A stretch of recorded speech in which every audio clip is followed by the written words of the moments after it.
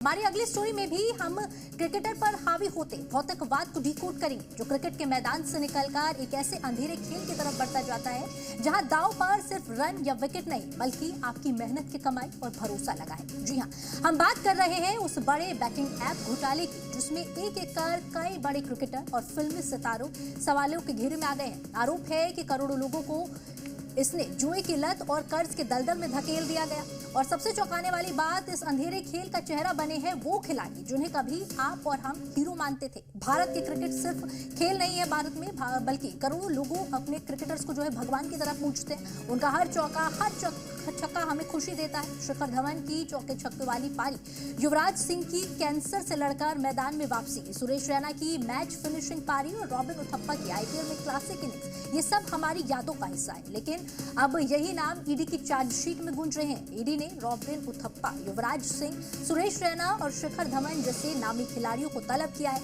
आरोप है कि इन खिलाड़ियों ने अवैध बैटिंग ऐप का प्रचार किया। सवाल उठता है कि जिन खिलाड़ियों को देश हीरो मानता है वही अब युवाओं को जुए के अंधेरे रास्ते पर धकेल रहे हैं।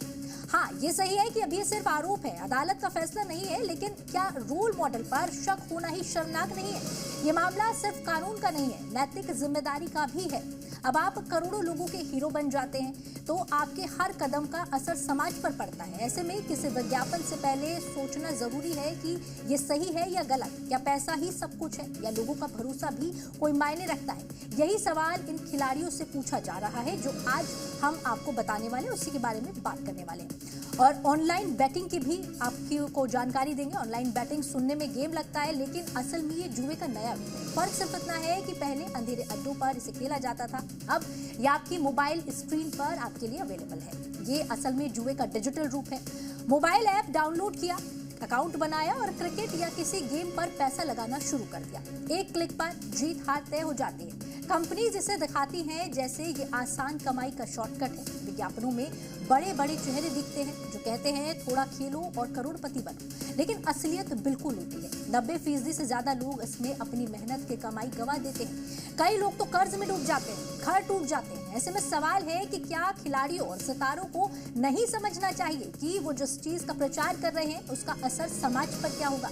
सिर्फ पैसे के लिए कोई भी ब्रांड उठाकर कैमरे पर मुस्कुरा देना, क्या ये जिम्मेदारी से भागना नहीं है? सोचिए, अगर आपके बच्चे ने अपने आइडल को बैटिंग ऐप का प्रचार करते देखा तो क्या वो उसे बुरा समझेगा या फिर उसे यही लगेगा कि ये तो बड़ा खिलाड़ी है, अगर ये ऐसे कर रहे हैं तो ये सही होगा, हम भी कर सकते हैं? यही वो धोखा है जो सबसे खतरनाक है और जो आजकल देखने को मिल रहा है। ईडी की जांच सिर्फ प्रमोशन तक सीमित नहीं है, असली खेल पैसे का है कि पैसे का रास्ता क्या है। बैटिंग ऐप जैसी कंपनीज करीब 70 भाषाओं में चल रही हैं और करोड़ों यूजर इसमें जुड़ चुके हैं। रिपोर्ट्स कहती हैं कि भारत बैटिंग और ऑनलाइन गेमिंग का अवैध बाजार करीब 100 अरब डॉलर से ज्यादा का है। ये पैसा कहां जा रहा है?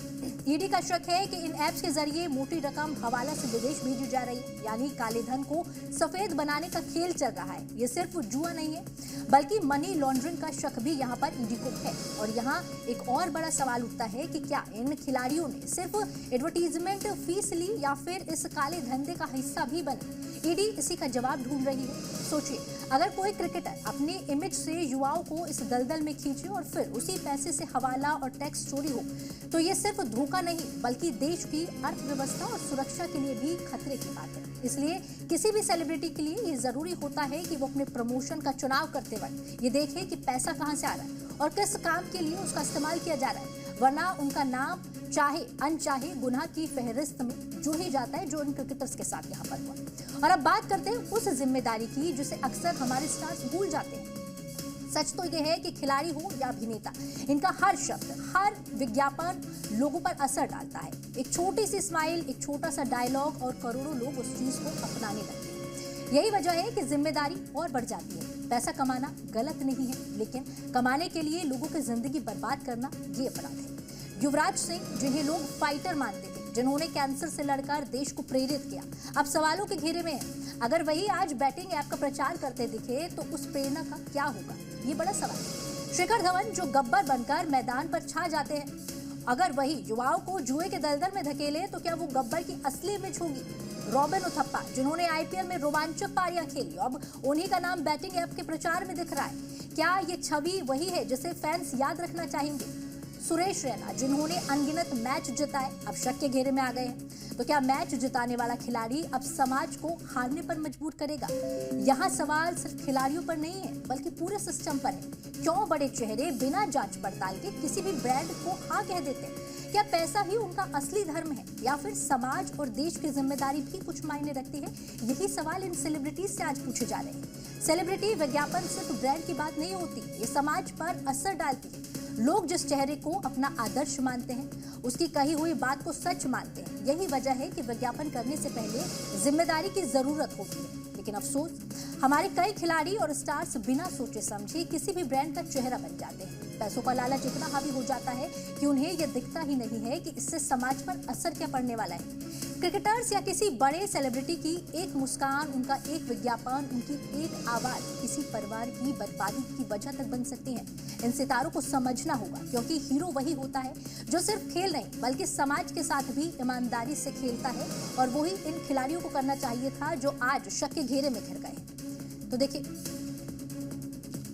कुल मिलाकर के प्रियंका, मुझे लगता है कि जिस तरीके से कुछ कानून है ना कि अगर नेता जो है भ्रष्टाचार में पाया जाता है, साबित होते हैं आरोप अगर, तो फिर वो चुनाव नहीं लड़ सकता है। या फिर आप देखिए हाल के दिनों में उत्तर प्रदेश, दिल्ली का हम जिक्र करते हैं, कई ऐसे राज्य और हैं जहां अगर कोई अपराध ऐसा जिसमें कि अवैध तरीके से मतलब प्रॉपर्टी बनाई हो, तो उसको रिकवरी भी उन लोगों से करवा ली जाती है। मतलब मुझे लगता है कि क्रिकेटरों को लेकर के भी शायद अब जरूरत पड़ रही है ऐसा कि ऐसी स्थिति लाई जाए। बिल्कुल।